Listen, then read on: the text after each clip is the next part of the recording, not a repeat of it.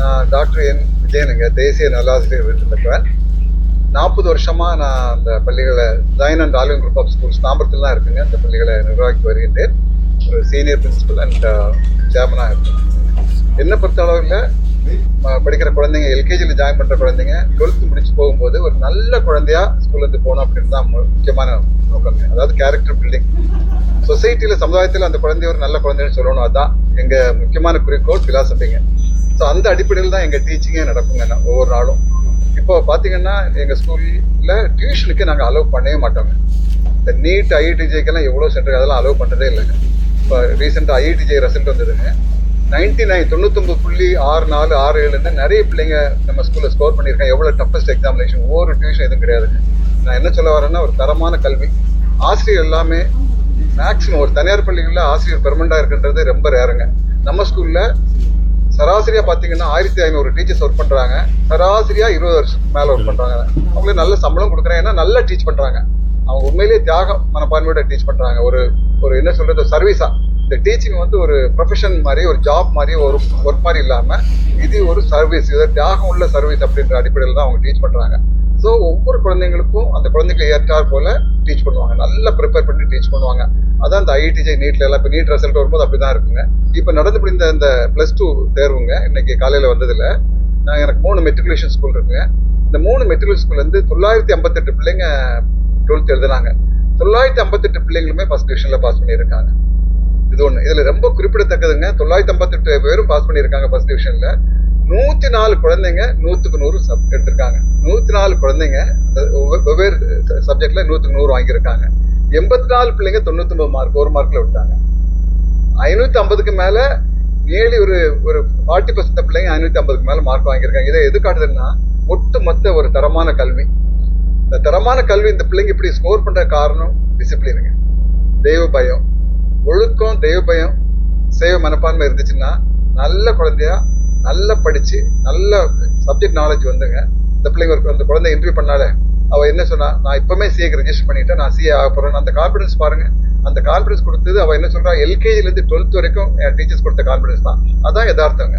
So பிள்ளைங்க வந்து கொரோனாக்கு அப்புறம் நிறைய மனசிதறல்கள், பல விதத்தில் பிள்ளைங்க டைவர்ட் ஆகி, அவங்க டிஸ்ட்ராக்ட் ஆகி, கெட்ட பழக்கங்கள், சோசியல் மீடியாலாம் போய் அவங்க கேரக்டர் எல்லாம் போய் வீட்டுக்கும் ஸ்கூலுக்கும் எல்லாருக்குமே ஒரு கெடுதல் விளைவித்த நிலையில ஸ்கூல்ல பிள்ளைங்களுக்கு கவுன்சிலிங் ரெகுலரா கொடுப்பாங்க. எது நல்லது, எது கெட்டது, இப்படி ஃபோக்கஸ் பண்ணுங்க, இப்படி படிங்க அப்படின்றதெல்லாம் ஒட்டு மொத்தமா கொடுத்தனால தாங்க இந்த +2 தேர்வுல இவ்வளவு பிள்ளைங்க சென்டை வாங்கியிருக்காங்க. அதாவது ஒவ்வொரு 10 குழந்தைங்க ஒரு சென்டா இருக்குங்க. அது நிச்சயமா வெரி ரேருங்க. டியூஷன் இல்லாம, எந்த கோச்சிங் இல்லாம பிள்ளைங்க காலையில கிளாஸ்க்கு வருவாங்க, 8:30 மணிக்கு 8:45 மணிக்கு வருவாங்க, 4 மணிக்கு போயிடுவாங்க. மற்ற ஸ்கூல் மாதிரி வந்து நைட் கிளாஸ், சண்டே கிளாஸ் அதெல்லாம் கிடையவே கிடையாதுங்க. நீங்க ஸ்கூலை பொறுத்தவரையில பிள்ளைங்க கிளாஸ் ரூம் டீச்சிங் நல்லா இருக்கும். உண்மையிலே நான் அந்த பள்ளி முதல்வர்களையும், டீச்சர்ஸையும், குழந்தைங்க, அவங்க பேரண்ட்ஸ் எல்லாருமே நான் பாராட்டுறேங்க. இந்த விதத்துல நல்ல ஒரு ரிசல்ட்டுங்க இந்த வருஷம். ஸோ எனது பாராட்டுகள் குழந்தைகளுக்கு.